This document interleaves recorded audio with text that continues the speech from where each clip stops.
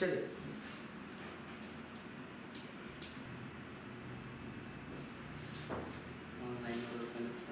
नहीं, किसी का नुकसान नहीं। तो ठीक है, क्या सीखा आपने कि ये एक बैक्टीरिया है, इसका क्लोज रिलेटिव है ई कोलाई है, ये साल्मोनेला है, और इसका जो सर्कुलर डीएनए या एक्स्ट्रा क्रोमोसोमल डीएनए है, इस डीएनए में को हम कहेंगे वेक्टर। और ये वेक्टर के पास जो जीन है उसमें हो सकता है किसी एंटीबायोटिक के प्रति क्या है, रेजिस्टेंस है। जैसे मान लो यहाँ पर ये टेट्रासाइक्लिन का रेजिस्टेंस है और यहाँ पर एम्पिसिलिन का रेजिस्टेंस जीन लगा हुआ है। मतलब इसी इंफॉर्मेशन को रीड करके ट्रांसक्रिप्शन के बाद ट्रांसलेशन, तो डीएनए से आरएनए, आरएनए से प्रोटीन, और वो प्रोटीन क्या होती है, enzyme. All enzymes are protein. तो वो एंजाइम क्या करेगा, तो कहेंगे सर वो एंजाइम उस एंटीबायोटिक के इफेक्ट को क्या करेगा, निष्क्रिय कर देगा। ठीक है, अब मैंने क्या किया, इसका यही वेक्टर निकाल लिया, क्लोनिंग वेक्टर, और इस पे एक रेस्ट्रिक्शन एंडोन्यूक्लियस का इस्तेमाल किया, और उसका रिकॉग्नाइजेशन साइट जो था वो मुझे ये देखने को मिला कि वो किसको रीड करता है, एम्पिसिलिन वाले जीन को वो रीड करता है इसके आसपास। और इसके आसपास मान लो कहीं लिखा है GAATTC, GAATTC, और वो रेस्ट्रिक्शन एंजाइम है इको R1, क्या है, और वो यहाँ क्या करेगा, कट मार देगा। क्या करेगा, इसी को रीड करके कट मार देगा। पूरा रीड करेगा लेकिन जहां उसका वो पैलिंड्रोमिक सीक्वेंस दिखेगा उसको रीड करके कट मार देगा। और कोई जरूरी नहीं है कि आरी मान लो 500 रेस्ट्रिक्शन वो एंजाइम है, और मान लो 1000 क्या है तुम्हारे पास, क्लोनिंग वेक्टर, या आप कह सकते हैं प्लाज्मिड या वेक्टर। ये आपने 500 में 1000 में से निकाला, 1000 बैक्टीरिया का निकाला है, और आपने आरी डाली 500, या आपने मान लो 1000 भी डाली, तो हो सकता है कुछ छिप गया हो और वहां कट ना लगा हो। तो ऐसा एक तो सिचुएशन ये होगा कि उसको आया और कट लग गया, और एक सिचुएशन ऐसी होगी कि वो वैसा ही पड़ा रहेगा। क्या है, कुछ वैसा ही पड़ा है, उसमें कोई भी तरीके का कट नहीं लगा, और वो आराम से एकदम जैसा था वैसा है। ठीक है, अच्छा ये जो बैक्टीरिया है, इस बैक्टीरिया को देखिएगा, मजा आ जाएगा। इस बैक्टीरिया में क्या किसी भी एंटीबायोटिक के प्रति प्रतिरोधक क्षमता है? नहीं। तो अगर तुम इसके ऊपर एम्पिसिलिन का छिड़काव करोगे, ये मरेगा कि ये मरेगा? ये मर जाएगा। अगर तुम इसके ऊपर टेट्रासाइक्लिन का छिड़काव करोगे, ये मरेगा कि ये मरेगा? ये मरेगा। चलो, इतनी बात क्लियर है। वो दोनों ही सिचुएशन में बच जाएगा। यही रीजन होता है कि आपको एंटीबायोटिक बदल बदल के दी जाती है कि अच्छा ये एंटीबायोटिक खाए के साथ डॉक्टर साहब आराम ही नहीं हुआ तो एंटीबायोटिक बदलते हैं। तो बेसिकली वो एंटीबायोटिक ही बदल रहे हैं। क्या बदल रहे हैं कि हो सकता है उसके बैक्टीरिया के अंदर रेजिस्टेंस हो उस एंटीबायोटिक के प्रति। यहाँ तक की बात समझ में आ गई? अब जाते समय ऐसा हो सकता है, अब तुम, ये बहुत माइक्रोस्कोपिक लेवल की बात है, तो कोई तुम कौन सा चला जाएगा ये तुम्हें भी नहीं पता, कि जाएगा भी कि नहीं जाएगा ये भी तुम्हें नहीं पता। हाँ, कौन सा चला जाएगा ये भी नहीं पता, और जाएगा भी कि नहीं जाएगा ये भी नहीं पता। चलिए बैठ जाइए आप लोग, दोबारा से ये सब नहीं होगा। You have to be sorry. जाएगा भी कि नहीं जाएगा ये भी नहीं पता, तो हम हमेशा आइडियल सिचुएशन बनाते हैं। जब मैं उस आइडियल सिचुएशन को देखता हूं तो एक बार मैंने ये देखा कि 80% तो ये वाला गया। हाँ, अब यहाँ पर देखो, यहाँ पर बात समझो। उसी सेम आरी का इस्तेमाल करके दो जगह कट लगाया, सेम पैलिंड्रोमिक सीक्वेंस को रीड करके वो हमारे मन वाला डिजायर्ड जीन ये कट मारे थे और आकर के यहाँ पर लग गया। ये वाला जो वेक्टर बना, ये क्या बना? रिकॉम्बिनेंट ट्रांसफॉर्मेंट या रिकॉम्बिनेंट वेक्टर डीएनए। क्या बना? ठीक है, तो या फिर आप कह सकते हैं रिकॉम्बिनेंट ट्रांसफॉर्मेंट वेक्टर।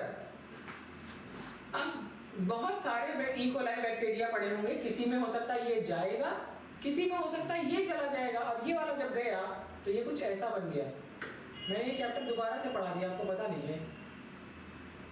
और एक सिचुएशन तो ऐसी भी हो सकती है कि कुछ भी नहीं गया, जैसा पहले था वैसा ही रह गया।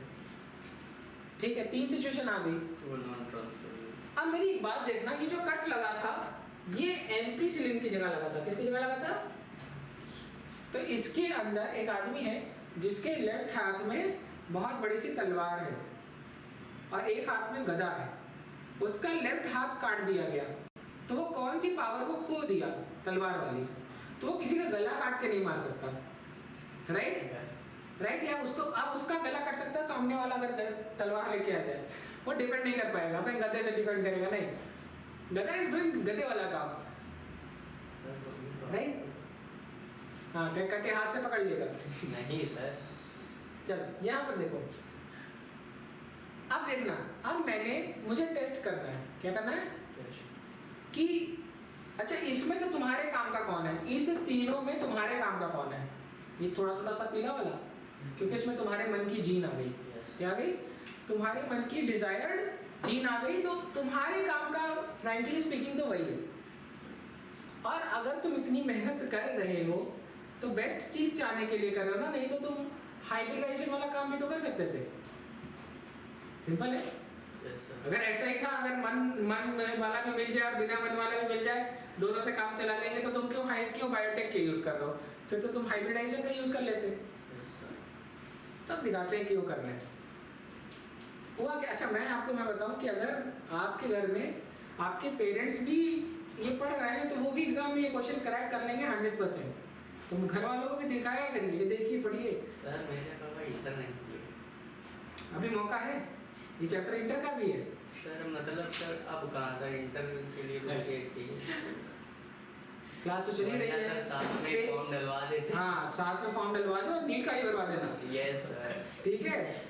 और एक ही पैकेज में दो लोगों का काम सबका काम चल जाएगा। ठीक है, तो कोई बहुत दिक्कत नहीं है। इंटर का क्या सीन है कि आप फॉर्म भरिए, यहाँ की क्लास करिए, इंटर निकल जाएगा और उसके बाद नीट भी निकल जाएगा। सर इंटर में तो कुछ एज चाहिए, इंटर में मतलब एज लिमिट कुछ नहीं है क्या? नहीं, बोर्ड्स में कहाँ एज लिमिट है? नहीं है सर, होगी सर। अरे नीट में एज लिमिट नहीं है तो तुम बोर्ड्स की बात कर रहे हो। सर नीट ज़्यादा नहीं है, कम की है ज़्यादा की नहीं है, नीट में एज लिमिट नहीं है। सर नीट में नहीं है, बोर्ड नीट में 17 साल है। अरे यार, बैंक से ऑर्डर, वो क्या कहते हैं, कोर्ट से ऑर्डर लिया जाएगा, कोई ऐसी बड़ी बात नहीं है। घर का कोर्ट। ठीक है, अब मेरी बात को समझिए। मोटिवेट कर रहा है, घर जाकर पता चला, घर पे बात करें, पापा क्लास ज्वाइन कर लो, कोई दिक्कत नहीं है, सर फीस नहीं बढ़ाएंगे, आपको भी पता चलेगा कंपटीशन कितना है। ठीक है, चलो कोई बात नहीं। यहाँ देखो, यहाँ ये तीन सिचुएशन है, ये सिचुएशन और ये सिचुएशन। इस सिचुएशन में तुम्हारे काम का ना तो ये है, तुम्हारे काम का ना तो ये है, तुम्हारे असली काम का ये है। ठीक है, अब ये सब कुछ हो रहा है एक छोटी से पेट्री डिश में, या आप एक और शब्द होता है न्यूट्रिशन मीडिया कहते हैं। बैक्टीरिया को ग्रो कराने के लिए फिजियोलॉजी, पैथोलॉजी और जो है ये जो होते हैं वो न्यूट्रिशन मीडिया में रखते हैं, और कई तरीके का न्यूट्रिशन मीडिया होता है। इवन आज जो है, चलो बताएंगे जब तुम जाओगे, एगार से लेकर के बहुत सारे न्यूट्रिशन मीडिया होते हैं। ठीक है, तो ये न्यूट्रिशन मीडिया में हमने क्या किया, इन तीनों को कल्चर कराया। क्या कराया? कल्चर कराया, मतलब हमने उसको, जैसे हमने ट्रांसफॉर्म किया टेस्ट ट्यूब में, वो टेस्ट ट्यूब ला करके यहाँ उड़ेल दी। क्या कर दी? ये टेस्ट ट्यूब ला के उड़ेल दी। अब मुझे नहीं पता ये कौन से कहाँ पे है, मुझे नहीं पता है। अलेक्जेंडर फ्लेमिंग हूं मैं, अभी मान लेना सस्ता अलेक्जेंडर है।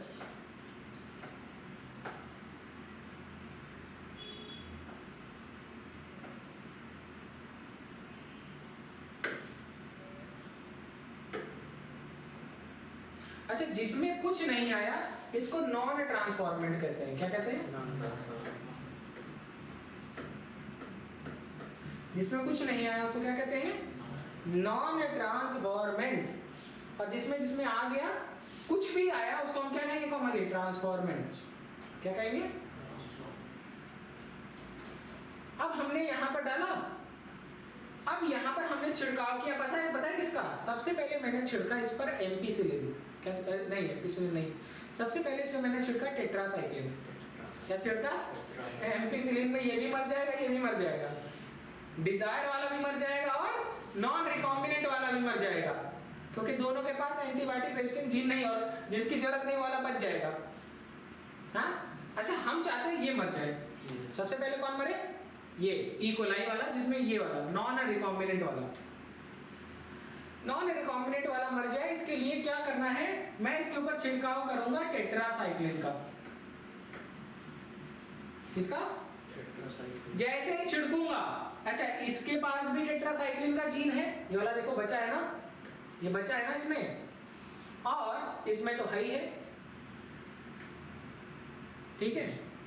ये मेरी क्लास तो सिर्फ पढ़ने वालों के लिए है, ये एंटरटेनमेंट वालों के लिए तो है ही नहीं, क्योंकि मैं जिस तरीके से लगता हूँ, अगर आपके पास फोकस नहीं है तो फिर नहीं बात बन सकती। और बहुत ज़्यादा एनिमेशन आपको बहुत ज़्यादा बुद्धू बना देगा, याद रखना। आपको यार नीट का पेपर दे रहे हो, तुमको 40 सेकंड के अंदर इमेजिन करना है। अब तुम बैठे यहाँ देख रहे हो, बैक्टीरिया टहलते टहलते आएगा, वो वाली सिचुएशन भी है, लेकिन हर चीज़ का एक स्टेज होता है, ये भी आना चाहिए, ठीक है। टेट्रासाइक्लिन है, टेट्रासाइक्लिन इसके पास नहीं है, ये मर गया, तो इसकी कॉलोनी खत्म होने लगेगी। क्या होगी, इसकी कॉलोनी श्रिंक होने लगेगी, ऐसे ऐसे छोटी छोटी हो जाएगी, मतलब पहले बड़ी थी फिर कम होने लगेगी। जब कम होने लगेगी तो तुमको ढेर सारी चीजें अगर कम होंगी तो तुम्हें पता चलेगी, राइट। अगर थोड़ी सी होंगी तो कहाँ पता चलेगी, तो ये इसकी कॉलोनी श्रिंक कर जाएगी और हो सकता है ये मर भी जाए, कॉलोनी खत्म हो जाए। इसके बाद आपके पास आप छिड़कोगे एम्पिसिलिन, अब पूरा मत छिड़क देना, थोड़ा सा है, बहुत कम अमाउंट में। जैसे ही तुमने कम अमाउंट में क्या छिड़क दिया, एम्पिसिलिन, भैया ये तो जिंदा रहेगा, ये वाली मरने लगेगी, किसकी कॉलोनी श्रिंक करने लगेगी, रिकॉम्बिनेंट ट्रांसफॉर्मेंट की। किसकी, क्यों रिकॉम्बिनेंट ट्रांसफॉर्मेंट की हुई, तो कह रहे सर एम्पिसिलिन के प्रति जो प्रतिरोधक क्षमता थी, हटाने वाली जीन थी, वो जीन को हटा करके ही तो आप अपना पीला वाला लगाए हैं। तो सर ये मर जाएगा तो उसका क्या करेंगे? हाँ तो जाने नहीं देंगे तुझे, जाने तुझे देंगे नहीं, तो किसी को जहर थोड़ा सा खिलाओ, हाँ जब वो मरने लगे तो बचा सको, रेड किल खिला दो। अरे नहीं मेरे भाई, पता चला घर जाके बता दिए पापा रेड किल खिलाओ, ठीक है, नहीं सर ने बताया था रेड किल खिलाने को, ठीक है। क्या किया आपने, जब वो धीरे धीरे श्रिंक होने लगी तो आपको पता चल गया, अरे यार ये वाला मर रहा है, जो वाला मर रहा है आपको पहले से पता है इसके पीछे का रीजन कि मरेगा वही जिसके पास वो रेजिस्टेंस जीन नहीं होगा, राइट। तो आपने तुरंत उसका एक स्कूप लिया और उसको उठाया, या आपने एक स्वाब लिया, स्कूप तो नहीं कहते, स्वाब कहते हैं, स्वाब कहते हैं। तो वो स्वाब स्टिक होती है, स्वाब स्टिक से आपने उसको लगाया, स्वाब स्टिक लिया और उसको थोड़ा सा लगाया उस पर जो है न्यूट्रिशन मीडिया में, और उसको उठाया और ट्रांसफर कर दिया नए न्यूट्रिशन मीडिया में। यहाँ से थोड़ा सा उठाया और इसको ट्रांसफर कर दिया नए न्यूट्रिशन मीडिया में। ये अब इसको खाना मिल रहा है, न्यूट्रिशन मीडिया का मतलब खाना, खाना इसको मिल रहा है, और यार सब थोड़े मर जाएगा, 2-4 बचे रहेंगे, 2-4 बचेंगे, और उसके बाद अच्छा खाना, जैसे शेर खत्म हो गए थे, वहाँ टाइगर खत्म, 10-20 टाइगर उठा के रख लिए, जगह प्रिजर्व कर लिए, उसको खूब अच्छे से अच्छा एनवायरनमेंट दिया, अब देखो 2000 टाइगर हो गए, हाँ इंडिया में टाइगर रिजर्व बनाया गया। तो इसी तरीके से न्यूट्रिशन मीडिया में रखा, और फिर ये तेजी से वापस से तुम्हारी कॉलोनी ग्रो कर दे। तो तुम्हारा जो काम, अब इसको डिस्कार्ड कर दो, तुम्हारे काम का कुछ नहीं बचा, इसको उठा करके आप इसमें डाल दोगे। अब आप इसको कहेंगे recombinant transformant vector, recombinant transformant vector. और इसको आप जो भी मेथड है, देखो लास्ट क्लास में शायद आप लोगों को नहीं पढ़ाया था, लेकिन अब इसके कई सारे मेथड होते हैं, ठीक है।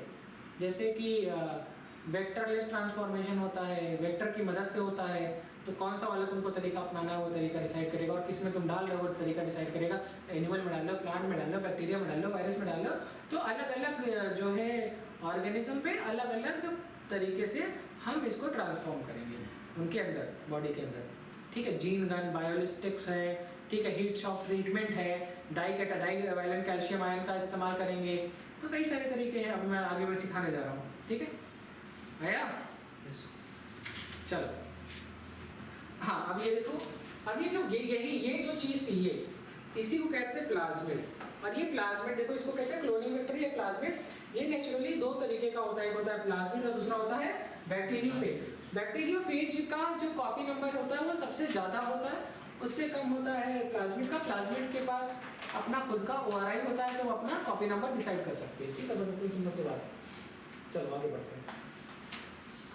देखो यहाँ पर मैंने 3 चीज़ें लिखी हैं। एक देखो वो इल्यूशन अलग है, ठीक है, वो इस चैप्टर का इल्यूशन है, ठीक है, जिसमें अल्ट्रावायलेट लाइट में आपने जो है इलेक्ट्रोफोरेसिस करने के बाद, ठीक है, ऑरेंज कलर की डाई का कलर आपको दिखाता है, वो सारी चीज़ें वो अलग है। यहाँ देखो 3 टर्म है, एक होता है इल्यूजन, एक होता है हॉल्यूसिनेशन और एक होता है डेल्यूजन, ठीक है, बहुत कॉमन टर्म है और एग्जाम में क्वेश्चन आते हैं।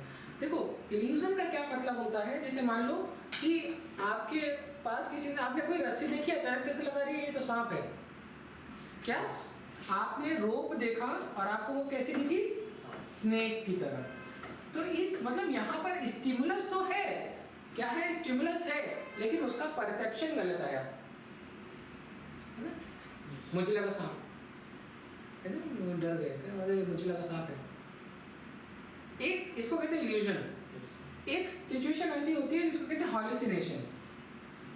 हॉल्यूसिनेशन में क्या है कि स्टिमुलस है ही नहीं, लेकिन फिर भी आपको वो दिख रहा है। जैसे आपने एक मूवी देखी होगी, लगे रहो मुन्ना भाई, लगे रहो, हाँ, स्टूडेंट ऑफ द ईयर देखते हैं, देखा है उसमें स्टूडेंट ऑफ द ईयर, बहुत वाहियात मूवी, केवल पहली, हाँ यही इसे कहते हैं सदमा लगना, पहली देख के इसका कभी देखी ही नहीं, हाँ वो कहीं से स्टूडेंट नहीं लग रहा है, जिम्नास्टिक कर रहे हैं स्कूल में, ठीक है, पता नहीं होता होगा, हमारे यहाँ नहीं होता। लगे रहो मुन्ना भाई देखा है, और लगे रहो मुन्ना भाई में संजय दत्त को गांधी जी दिखते थे, देखा है, नहीं देखा, गांधी जी दिख सकते हैं क्या, हैं क्या, हैं भी नहीं, दिख भी नहीं सकते, फिर भी दिख रहे हैं, तो स्टिमुलस नहीं है लेकिन फिर भी परसेप्शन है, ठीक है, तो इसको कहते हैं हॉल्यूसिनेशन। एक टर्म है डेल्यूजन, ठीक है, डेल्यूजन का मतलब क्या है, तुम पेपर देने गए, पीपल का पेड़ था, सामने एक बहुत प्यारा सा पत्थर था, तुमको लगा शंकर भगवान है, तुम गए, तुरंत मान लिए, this is fast and firm belief is delusion. अब भगवान हर जगह थोड़े, भगवान का भी मन करेगा यार, मतलब आज तक वो पेड़ के नीचे आराम से बैठे, देखो मेरा कहना नहीं है, देखो इसमें वो सब चीज़ें कहने की बात नहीं है, अब ऐसा थोड़ी है कि भगवान आज कहीं भी चले जा रहे हैं, भगवान को भी यार अच्छी जगह सबको पसंद है, वैसे भगवान कड़कड़ में है, लेकिन अब तुम आज उठाए पत्थर यही लगती कहीं यही भगवान है, नहीं, पहले से अपॉइंटमेंट कराओ, बताओ कि आज एक नई जगह बन रही है, स्थापना हो रही है, तब भगवान को पता चलेगा अच्छा वहां जाना है, हाँ समझ रहे हो।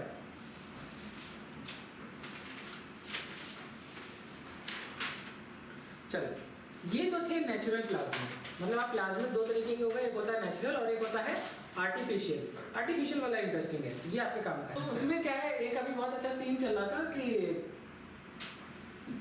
नोट करते रहिए, आप नोट करते रहिए, मैं आपको हंसाता रहता हूँ। एक अच्छा सीन ये था कि रिपोर्टर के साथ अनंत अंबानी चल रहे होते हैं और उसके बाद रिपोर्टर उनसे जैसे अनाप शनाप क्वेश्चन पूछता है, वो बेचारा वो भी डर रहा होता है, क्या पूछे नौकरी कहाँ जाएगा मेरी, ठीक है, तो वो भी बड़ा सहमा सा, और वो वीडियो देखिएगा उसमें आपको रिपोर्टर का सहमा हुआ चेहरा जरूर दिखेगा कि आप बात किससे कर रहे हैं, बड़ा बेचारा डर के पूछ रहा है कि आप खाते क्या पहनते क्या, जो भी उसकी बात रही हो, उसमें उसका एक स्टेटमेंट रहता है कि देश को लेकर के कुछ, तो वो अपने आप को अनंत अंबानी एक साधारण नागरिक की तरह प्रेजेंट कर रहे थे कि मतलब जो है हमारे प्रधानमंत्री हम जैसे साधारण लोगों के लिए भी, देश के लिए, हर किसी के लिए ऐसे बात, मतलब मुझे लगा, तो वो रिपोर्टर ऐसे चल रहा होगा फिर ऐसे रुक जाता है, उसको ऐसा लग रहा था अगर ये साधारण है तो मैं क्या हूँ, मुझे ऐसा लग रहा है कि वो मतलब अंदर सोच रहा होगा अगर ये इंसान साधारण है तो मैं क्या हूँ, फिर मैं किस कैटेगरी में आता हूँ।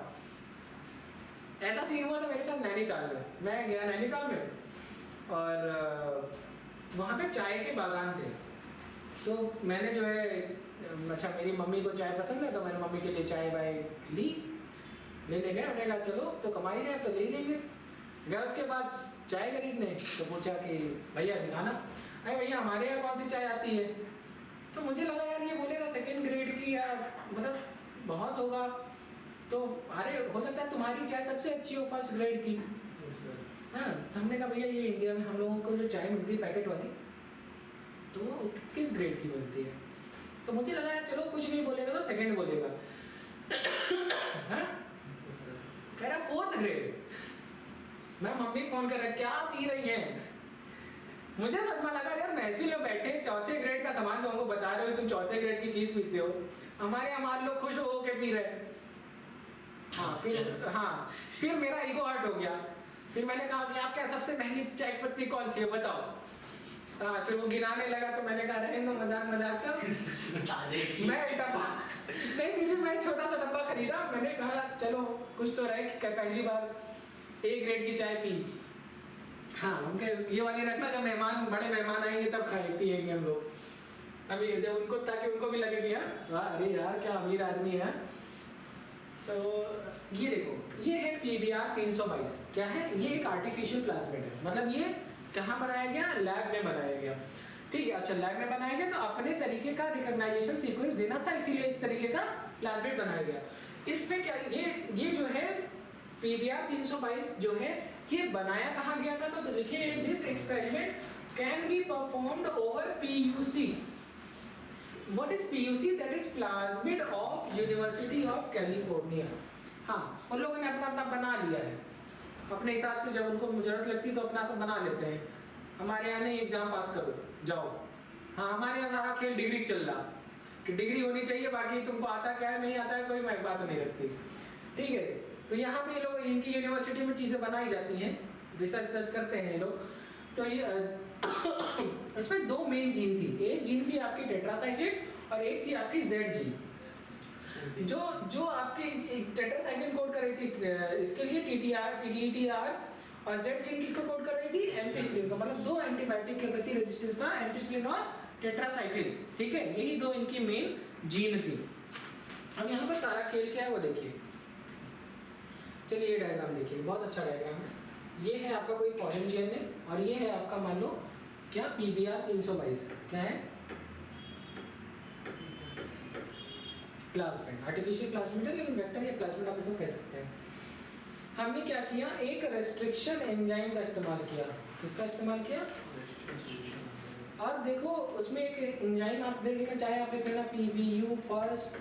ठीक है, PVU फर्स्ट लिख सकते हो, और भी है वहाँ पे देख लेना जा करके। PVU फर्स्ट PST करके है। ठीक है, अभी बात को समझिए, मैंने ऐसे ही बोल दिया, आप जाके देखिएगा यूज़ कर लेंगे। तो आपने यहाँ पर रेस्ट्रिक्शन एंजाइम का इस्तेमाल किया, और वो रेस्ट्रिक्शन एंजाइम में जो रिकॉग्नाइजेशन साइट मिली उसको यहीं पे मिली, उसने इसको कट मार दिया। क्या किया? और तुम्हारे काम का DNA उसने यहाँ से कट मार दिया। अब ये वाला जो फ्रेगमेंट निकला, ये फ्रेगमेंट और इस प्रोसेस को क्या कहेंगे? रिकॉम्बिनेशन। क्या कहेंगे? और ये तरीका एंजाइम कौन सा लगेगा? रिकॉम्बिनेशन की जगह लाइगेशन लिखे, और यहाँ पर जो एंजाइम लगेगा वो बनेगा DNA लाइगेज। तो पहले आप RE का इस्तेमाल करेंगे और फिर DNA लाइगेज एंजाइम का इस्तेमाल करेंगे। और अब जो चीज़ बनी उसको क्या कहेंगे? जो नया कॉम्बिनेशन बना उसको कहेंगे रिकॉम्बिनेंट। और ऐसे यहाँ लिख लो पहले, मेरी एक छोटा सा मुझसे गलती हो गई, यहाँ लिखना इसका ट्रांसफॉर्मेंट रिकॉम्बिनेंट। ये है ना, ये तो ये बना है recombinant DNA, recombinant vector DNA। ठीक है, ऐसी ये जरूर नहीं यही सिचुएशन बने, कुछ ऐसी सिचुएशन भी बन सकती है, ये वाली और दोनों। तो ये नॉन रिकॉम्बिनेंट वेक्टर DNA वही सिंपल सा प्लाज्मिड है, नॉन रिकॉम्बिनेंट वेक्टर DNA। ये सिंपल है, मतलब दोनों में से कोई भी जा सकता है। जरा हम करा चाहते इसका है, चला वो भी गया, मैंने आपको समझाया था। तो ये तीन सिचुएशन बनी, एक बनी ट्रांसफॉर्मेंट रिकॉम्बिनेंट, एक बनी ट्रांसफॉर्मेंट बट नॉन रिकॉम्बिनेंट, और एक बनी नॉन रिकॉम्बिनेंट ट्रांसफॉर्मेंट। ठीक है,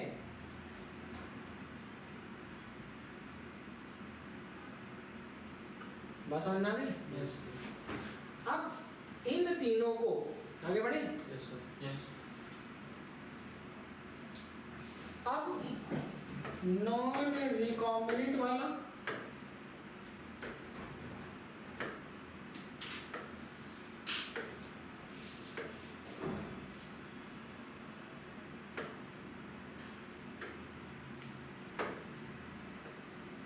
ठीक है, मेरी बात को समझिएगा। क्या समझेंगे?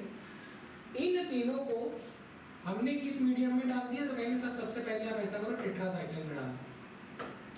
किसका छिड़काव कर दो? जैसे ही टेट्रासाइक्लिन का छिड़काव करोगे ये दोनों क्या करेंगे तो कहेंगे सर दे विल सर्वाइव।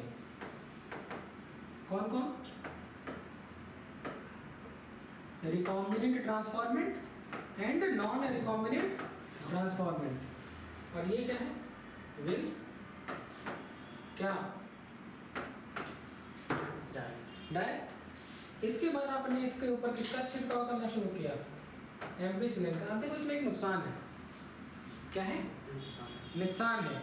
तो यहाँ पर एक और तरीका, अब देखो यहाँ पर मैंने पढ़ाते समय एम्पिसिलिन की जरूर बताया, लेकिन ये जो जेड जीन थी बेसिकली ये जेड जीन की जगह ये कलर कोड है, मतलब बीटा गैलेक्टोसाइडेज एंजाइम बना रहा था ये एंजाइम। ठीक है, तो वो उस तरीके से करते हैं। हालांकि मैं एम्पिसिलिन वाला सिखा दे रहा हूँ उसमें। एम्पिसिलिन का आपने छिड़काव किया और कौन करना शुरू करेगा? Recombinant transformation will start dying and will survive. ये पहले का तरीका था। अब इसमें हो सकता है कि जो तुम बचाना चाह रहे हो बच ना पाए, हो सकता है बचाना जो चाह रहे हो बच ना पाए, तो इसको हटा करके एक और अच्छी टेक्निक निकाली गई जिसको कहते हैं इनएक्टिवेशन। ठीक है, insertion, insertional inactivation of gene. क्या कहा गया?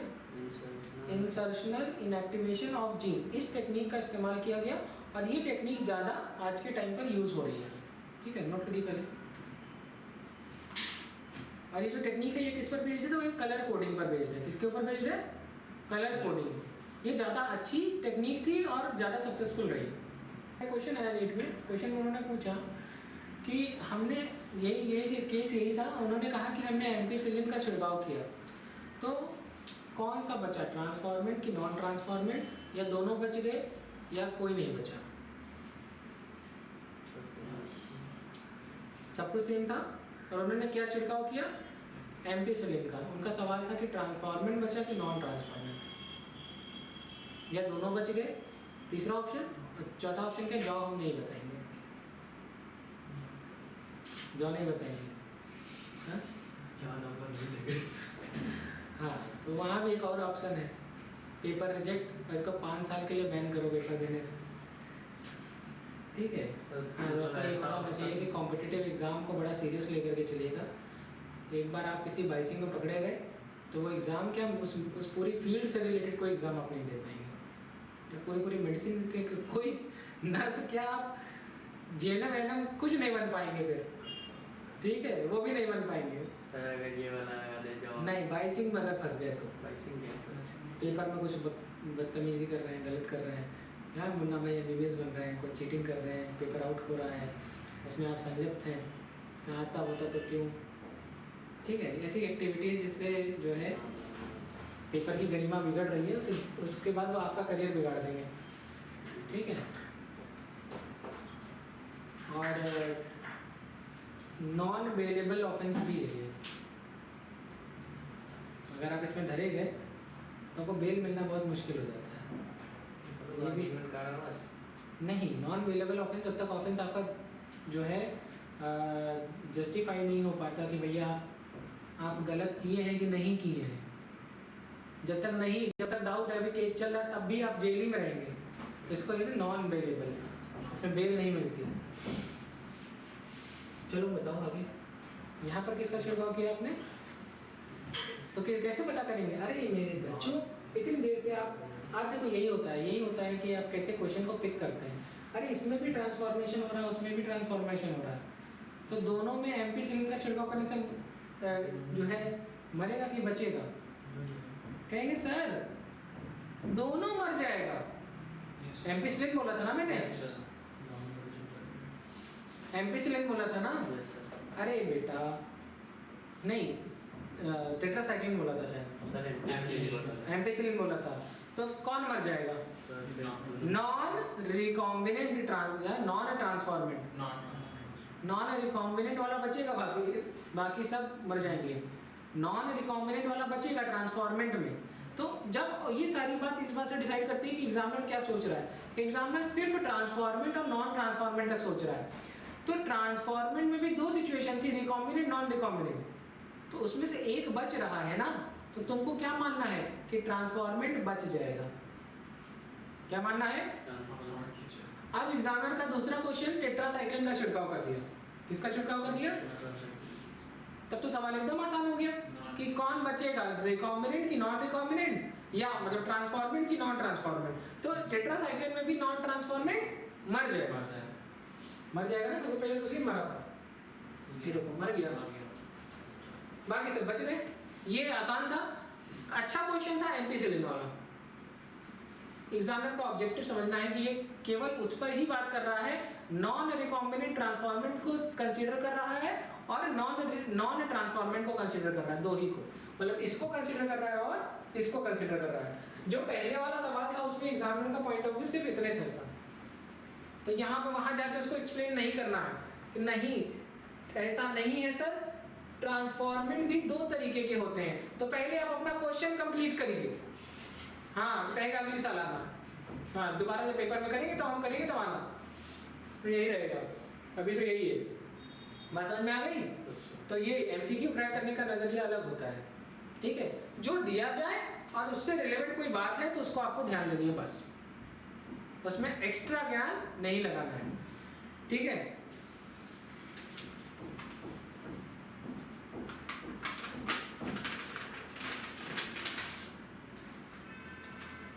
चलिए ठीक है, उसके बाद का नेक्स्ट में पढ़ा देंगे, ठीक है। प्लांट और जो है एनिमल, किसकी बात करते हैं? प्लांट और एनिमल। देखो ट्रांसफॉर्मेशन शब्द, कौन सा शब्द? ट्रांसफॉर्मेशन। ट्रांसफॉर्मेशन शब्द किसके लिए इस्तेमाल करते हैं? बैक्टीरिया। किसके लिए? और इन्फेक्शन शब्द किसके लिए? जब प्लांट या से एनिमल में हमको कोई जीन डालना है सेल में, तो हम एक और इस तरीके को कहेंगे इन्फेक्शन। सिखाएंगे अगली बार, जो हम क्लोनिंग वेक्टर पढ़ाएंगे, क्लोनिंग जीन को अपने कैसे भेजेंगे। तो शब्द बहुत इंपॉर्टेंट है, ट्रांसफॉर्मेशन, ट्रांसडक्शन, ये सब वर्ड हैं जो कीवर्ड्स की तरह काम करेंगे। नेक्स्ट क्लास में मिलेंगे, बहुत अच्छे से कवर करेंगे। Thank you. आज कम पढ़ा है लेकिन आपको पुराना सब कुछ रिलेट कर दिया।